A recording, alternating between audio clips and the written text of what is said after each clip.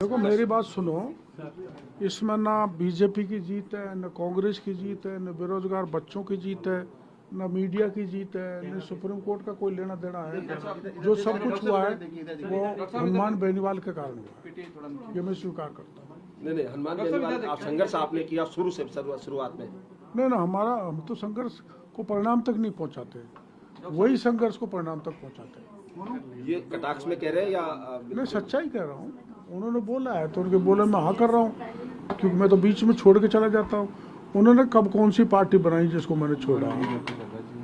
वो बकवास करते हैं। पार्टी तो मैंने बनाई थी सबसे पहले, वो तो बाद में बना के इतरा रहे हैं। किसी जाट नेता को नहीं छोड़ते, गाली दिए, ज्योति को गाली देते हैं, दिव्या को मदेरणा को देते हैं, नाथुराम मिर्दा को देते हैं, परशुराम मदेरणा को देते हैं, जितने भी जाट नेता उनको गाली देते हैं। मैंने आज भी उनको कहा है, मैंने कह रहा अगर सच्चे आप किसान नेता हैं तो खाद बीज नकली पकड़ा गया, पेस्टिसाइड आपने तो बयान तक नहीं दिया। आंदोलन करना तो दूर की बात है।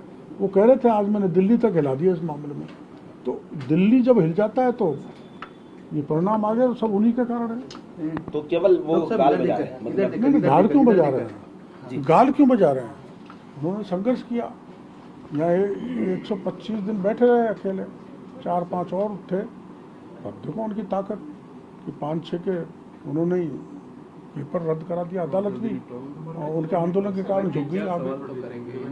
बात युवाओं की है, लेकिन श्रेय लेने की लड़ाई ना, मैं तो श्रेय नहीं ले रहा, मैंने तो आप लोगों को बुलाया नहीं।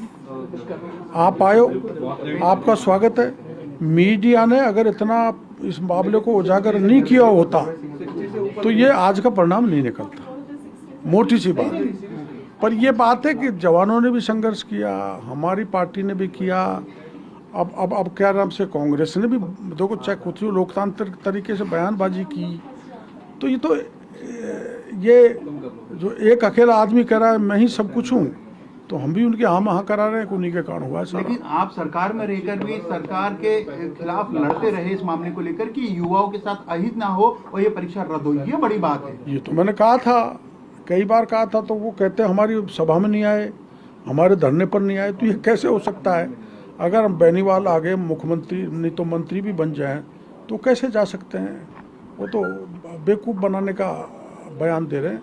वो किसी तरह से तुक नहीं पर कर रहे हो तो अच्छा है। आपकी आरएलपी बढ़ेगी, आगे काम कर रहे हो तो इसमें कौन सा एहसान कर रहे हो? पर मैं उनके बारे में ज़्यादा नहीं बोलना चाहता। वो किसी को गाली दिए बिना नहीं रुकते। आपसे भी कमरे से बात करके